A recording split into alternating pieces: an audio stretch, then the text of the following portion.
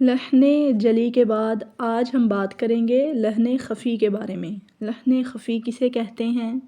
لحن خفی کون کون سی غلطیاں ہیں؟ اس کا معنی کیا ہے؟ تعریف کیا ہے؟ لحن خفی لحن خفی کے معنی چھوٹی اور معمولی غلطی کے ہیں، یعنی معمولی غلطی کو لحن خفی کہا جائے گا۔ اس کی تعریف ہے صفات عارضہ کی غلطی کو لحن خفی کہتے ہیں۔ اب آپ یہاں پر یہ سمجھیں کہ صفات عارضہ کیا ہوتا ہے۔ اگر آپ کو کہا جائے صفات عارضہ کی غلطی کو لحن خفی کہتے ہیں تو کوئی بھی بات آپ سمجھ نہیں سکتے۔ اب سمجھیں صفات عارضہ کیا ہے۔ وہ حروف جن کو عارضی طور پر پر پڑھا جاتا ہے۔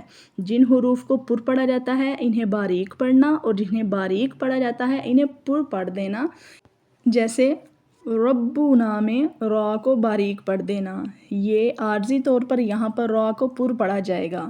اور اللہ اکبر میں اللہ کے لام کو باریک پڑھنا، اللہ اکبر کہہ دینا، کیونکہ یہاں پر لام بھی عارضی طور پر پڑھا جائے گا۔ اور بسم اللہ میں اللہ کے لام کو بسم اللہ کہہ دینا، یہ بھی لحن خفی کے حکم میں آئے گا، یعنی ان حروف کو جو عارضی طور پر پڑھنے چاہیے ان کو باریک پڑھنا، اور جن کو باریک پڑھنا چاہیے ان کو پر پڑھ دینا۔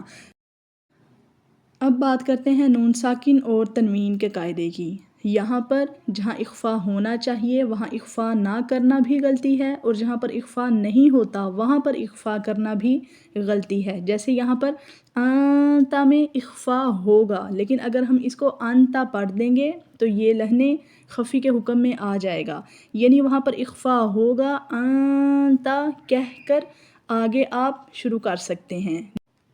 لیکن جہاں پر اخفا نہیں کرنا وہاں پر اخفا کرنے سے لحن خفی ہو جائے گی۔ جیسے انعمتا پڑھنا لحن خفی ہوگا، انعمتا انعمتا۔ اور اگر مد کو ہم نہیں پڑھیں گے تو یہ بھی لحن خفی کے حکم میں آئے گا۔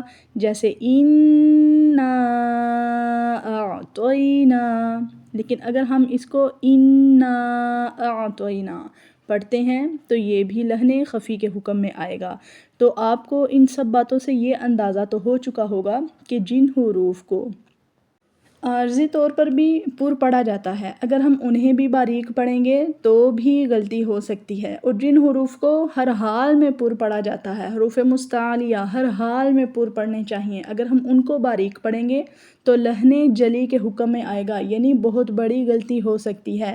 جیسے ایک مثال آپ کے سامنے ہے، ہم قل هو اللہ احد پڑھتے ہیں، اس میں سب سے پہلا قاف پر پڑھا جائے گا، قاف پڑھا جائے گا قل هو اللہ۔